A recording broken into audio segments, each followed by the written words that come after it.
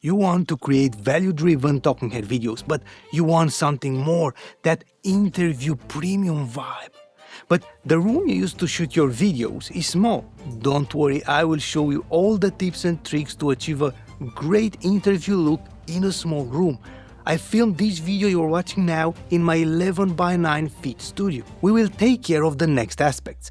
Number 1, how to find the best spot to shoot your videos in a tiny room, how to position the camera and find the best background.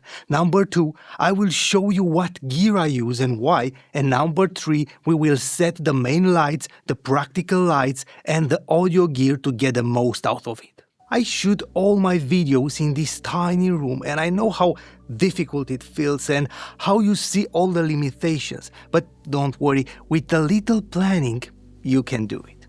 I have tens of videos on how to create great talking head videos shot from a desk, conduct online calls or coaching sessions. But some creators want something else, and I decided to share my experience with you about creating an interview style shot in a small room. What I like to do first is to find an angle that offers me the greatest depth. I want a decent space between me and the background, and for this kind of interview style I also need a decent space between me and the camera. To achieve this, I use the diagonal of the room. First, I choose what I want in the background.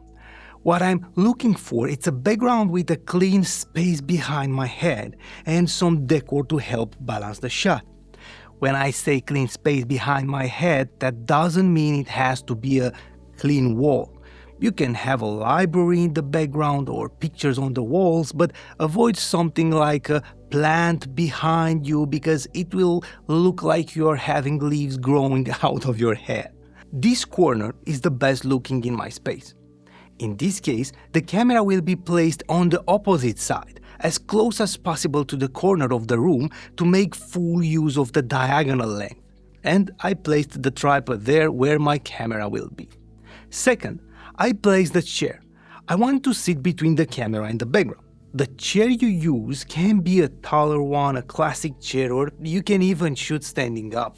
It's a matter of preferences and the vibe you want to create. I have a classic chair, and now I know what's in the background, where I will sit and where I need to position the camera. Let's move to the second part. What gear I use to shoot this video? Because it's a static shot and I don't need image stabilization, I will use the good old ZV-10 Mark I for this example. I set it on the tripod at eye level. The tripod I use is the Siri Traveler VC. The important aspect is to have a tall enough tripod for your chair, and I always recommend a metal tripod for added security and stability.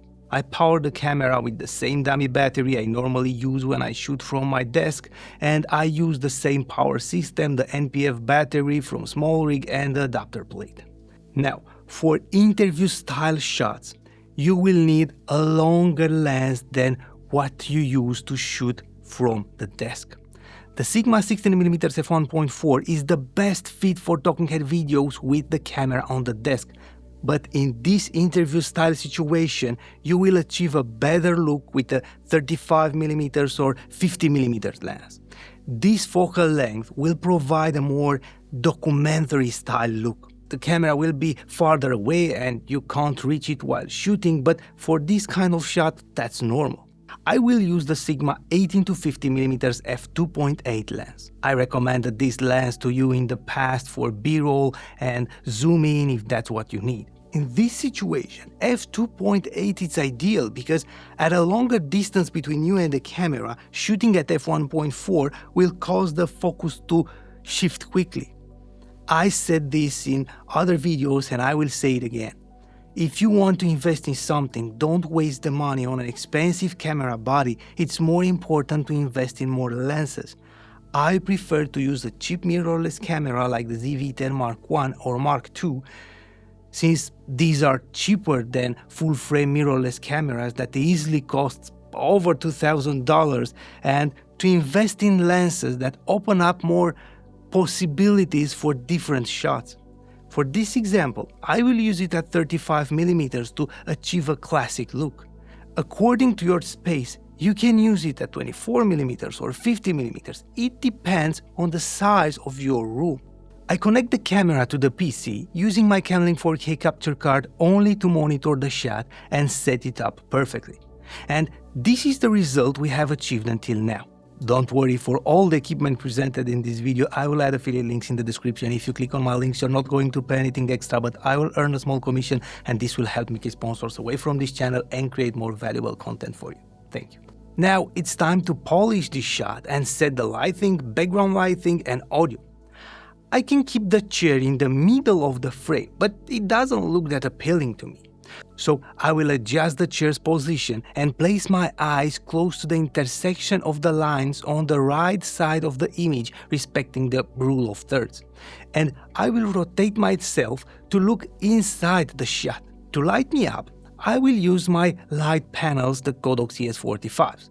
And because I don't like softboxes because they're huge space takers, I will use my trusted technique and bounce the light off the walls to achieve a soft, creamy look. I have one ES45 on my left attached to the desk, and I will keep it there. I will bounce it off the wall on my left to light up my left side of my face. I adjust the intensity to have the skin exposed at around 70%, but we will readjust it in a moment after I attach the prompter. The second light, I will mount it on a light stand. I don't like stands, but in this situation I have no option. But I will also use it for another practical light you will see immediately. I place it on my right and bounce it on the curtain in front of me and set it only to illuminate me a little from the right side. It's bounced off the black curtain, so the light will be extremely gentle and soft, with the curtain being less reflective than the white wall on my left. I set both lights to 5600K and the camera is set to 5600K as well. I shoot at 24 FPS, shutter speed 1/50, and the ISO will be adjusted depending on the final result I want. At this point, I want to make the background more appealing, and I will use two small RGB lights. Maybe you know my small rig practical lights or the No.2 ones. Both models are great. But for a while now, I've been testing something new because RGB lamps are never enough. I'm testing these Godox Mi5 R5000, and I like them because the battery is huge. At 50% it lasts over 7 hours, and when I shoot I don't need to worry about the battery. The light also acts as a power bank, wirelessly charges your phone, has a small light for selfies, and can be controlled with a phone app. This model offers great features. I find a single downside: it doesn't have any mounting threads, but since it's the size of an iPhone, I can use any cheap phone holder and attach it to a small tripod if I need to. And like this, I can also have the diffuser secured to the lamp. First, I will illuminate the space behind the chair, the right part of the shot. I like warm colors, so I will set them at 1900K and find the best spot.